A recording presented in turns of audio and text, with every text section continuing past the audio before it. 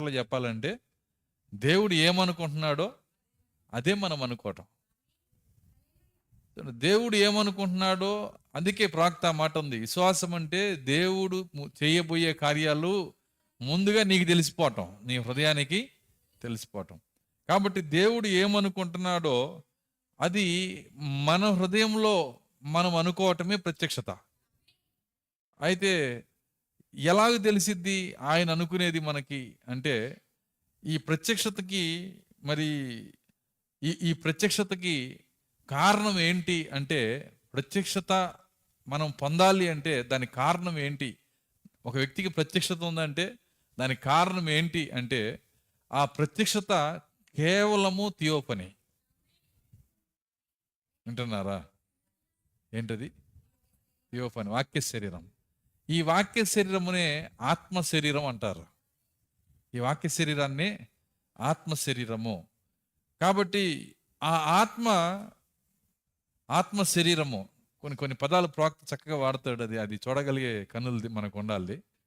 కాబట్టి ఆత్మ శరీరము లేదంటే ఆత్మ అది ఏం చేస్తుందంటే, అది దేవునిలో భాగం. అది దేవునిలో ఉన్న భాగము. దేవుని హృదయంలోకి వెళ్తుంది. వింటున్నారా? మన హృదయంలోకి వస్తుంది. దీన్నే మొదటి కొరింథీలో చెప్పింది. మొదటి కొరింథీలో ఆ ఆత్మ దేవుని మర్మములను కూడా పరిశోధించుతున్నాడు. పరిశోధించే ఆత్మ ఏంటో కాదు, థియోఫనీయే. వింటున్నారా? అక్కడ దేవుని ఆత్మ అన్నప్పుడు ఈ థియోఫనీని ఒక పర్యాయ పదంగా వాడారు. ఏంటంటే ఆత్మకి కూడా వాడారు అక్కడ. ఇది కొద్దిగా లోతైన అంశం ఇది. అయితే నిదానంగా దీన్ని పరిశీలించే వాళ్ళకి అర్థమవుతాయి. పరిశీలించిన వాళ్ళకి ఈ కార్యాలు ఎలా ఉంటాయి అంటే, మరి విచిత్రమైన మరి ప్రపంచం ఇది. ఏంటంటే మరి ఇక్కడే ఉండొచ్చు కానీ ఇది ఇక్కడ ఉన్న వ్యక్తులు పరలోక రాజ్యంలో కూర్చుంటారు. ఇక్కడ ఉన్న స్థలంలో ఆల్రెడీ ఇక్కడ పరలోక రాజ్యం ఉంది. పరలోక రాజ్యంలో మనం కూర్చున్నాం. కానీ ఇక్కడే ఉండొచ్చు, కానీ సంపూర్ణంగా పరలోకంలో ఉండకుండా పాతాళంలో కూడా ఉండొచ్చు. వింటున్నారా?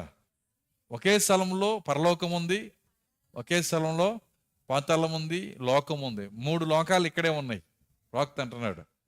కాబట్టి వాక్యమును దేవుణ్ణి ప్రేమించే వారికి మాత్రమే ఇవి ప్రాముఖ్యమైన కార్యాలు. దేవుణ్ణి కనుక ప్రేమించకపోతే వీటితో అసలు సంబంధమే లేదు. ఏదంటారు కదా, వాళ్ళ గొడవ వాళ్ళదని. అర్థమవుతుంది.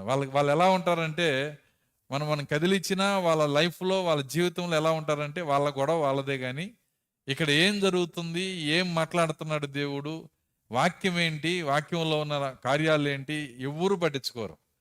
అయితే ఎందుకు పట్టించుకోరంటే, ఎవరికైతే దేవుడు వాక్య శరీరాన్ని ఇస్తాడో వాళ్ళు మాత్రమే ఈ లేఖనాన్ని చూడగలుగుతారు.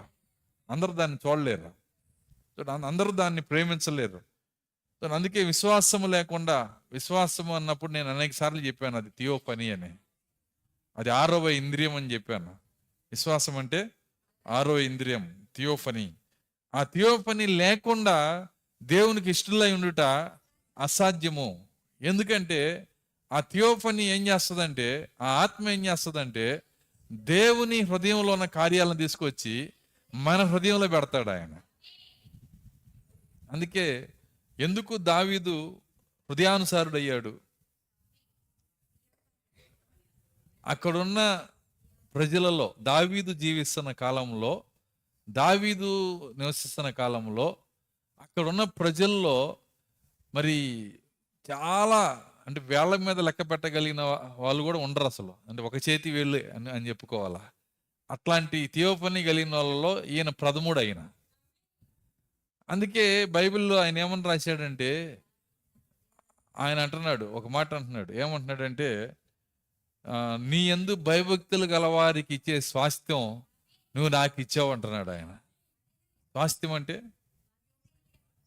థియోఫనీ, అంటే వాక్య శరీరం. స్వాస్థ్యం అంటే ఆస్తి. మన ఆస్తి ఏంటి? ఇప్పుడు ఆస్తి అంతా పోగొట్టుకొని బికార్లాగా వచ్చాము ఇక్కడికి. మన ఆస్తి ఏంటంటే థియోఫనీ.